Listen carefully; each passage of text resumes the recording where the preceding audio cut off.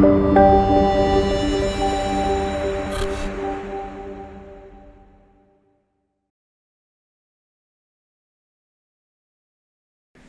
thanks again, Tamara and Dan, for inviting me here. It's always an enjoyable visit to be here and see old friends. And so today I'm going to talk about something totally new.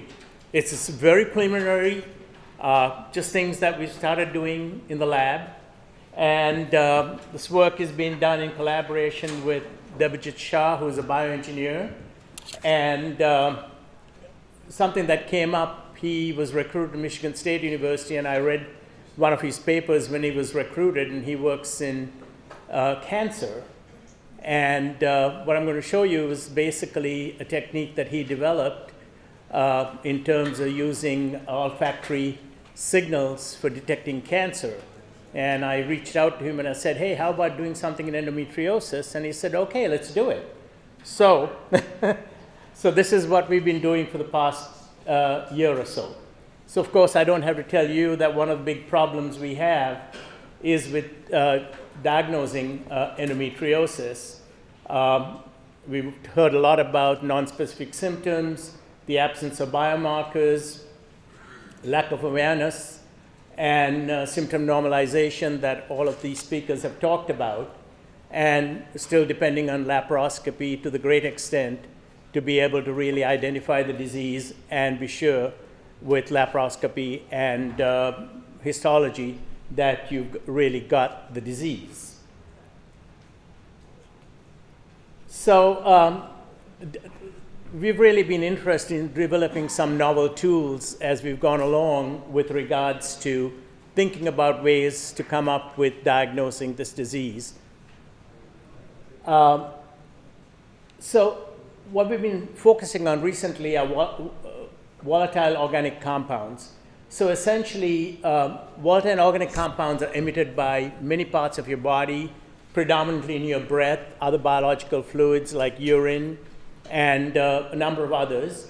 So basically, the technology, the idea here is that we can analyze these olfactory compounds using technologies and then developing AI and mathematical models to be able to predict that.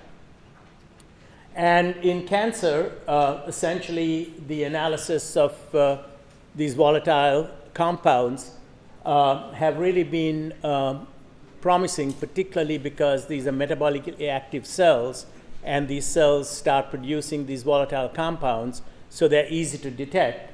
And they're byproducts of metabolism. So essentially, you can identify these compounds to be able to see whether they can be used as markers for disease processes. So there are a number of different things. You've probably seen dogs every time you go to the airport, and they're very, very sensitive in terms of being able to detect these volatile compounds and other emitters of things that are in people's suitcases and things like that. People have used gas chromatography and mass spec to be able to identify compounds that are found in fluids, as well as the electronic nose, again, using these same basic technologies to be able to identify various emittents of metabolism that might give you clues as to whether these are products that can be used for analysis. And even to this day, the dog's nose is really probably one of the most sensitive ways of really detecting anything in terms of, you've seen them for ovarian cancer, you've seen them in airports, you've read about them being used extensively in both diseases as well as detection. So in terms of biological olfaction, the whole idea is to be able to identify compounds at very, very low levels.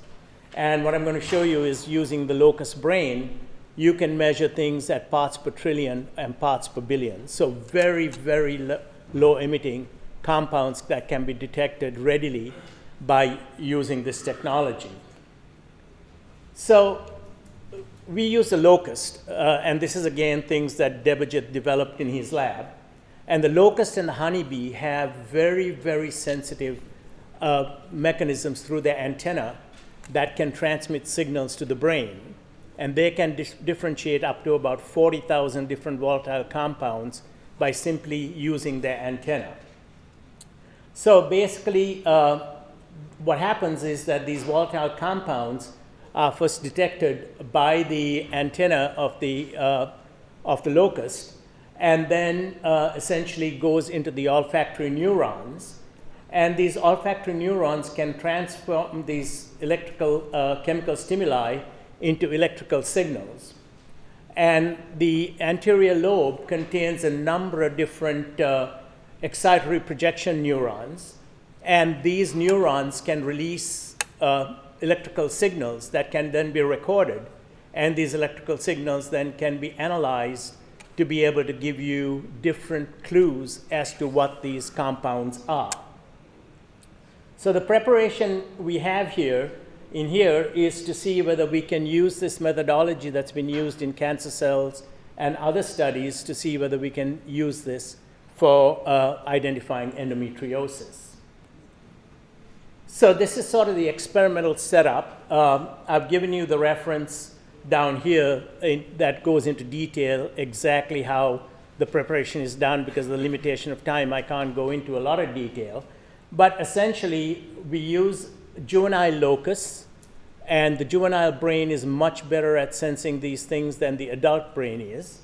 And the preparation is made, the animal is immobilized, and then the brain is exposed, and these are hooked up with neurons. So essentially what happens is we grow these cells in a flask. It's a modified T25 flask, and whatever confluence that we need in terms of these cells, essentially we hook these cells up. It's got a little component there, a little needle that's up here, and then another needle that's out here, and this is a sealed system.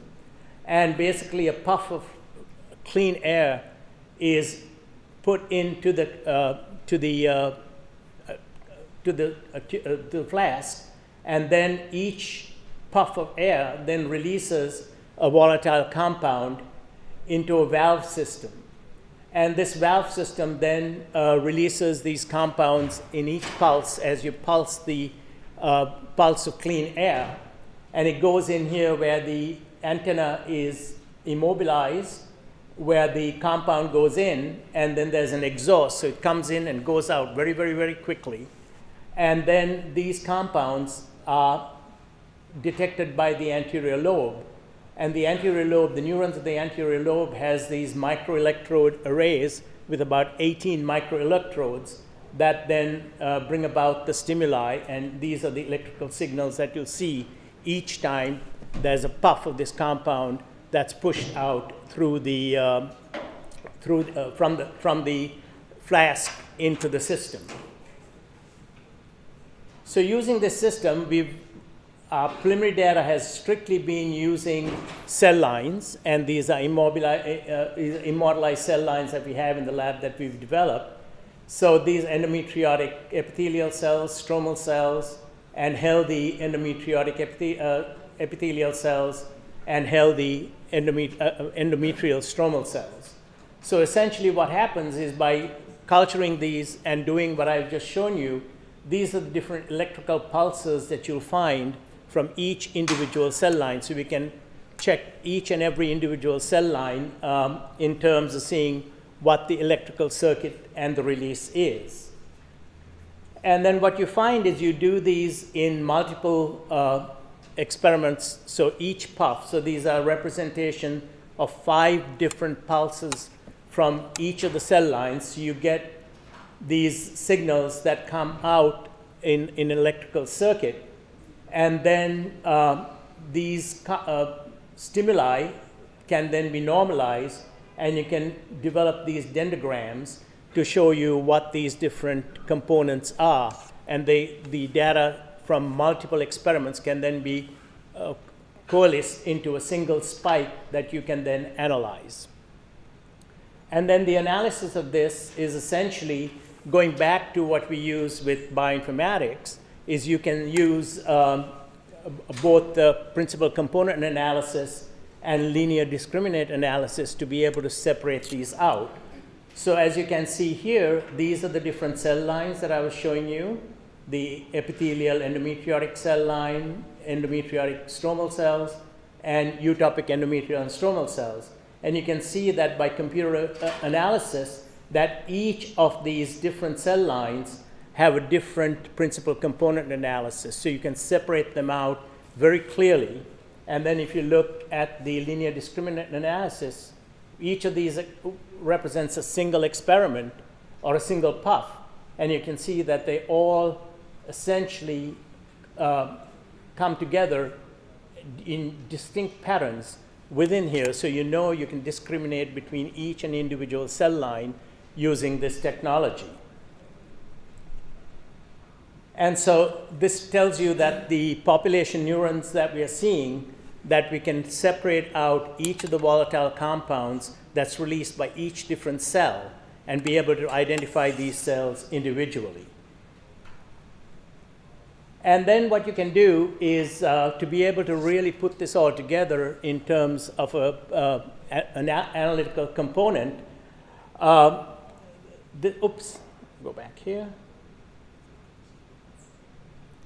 To be able to separate out these cell lines and identify them, I'll skip that. It just basically you can use high dimensional analysis, and then using a logarithm that does a training and a testing template, you can then separate out each of these individual cell lines by using this mathematical formula.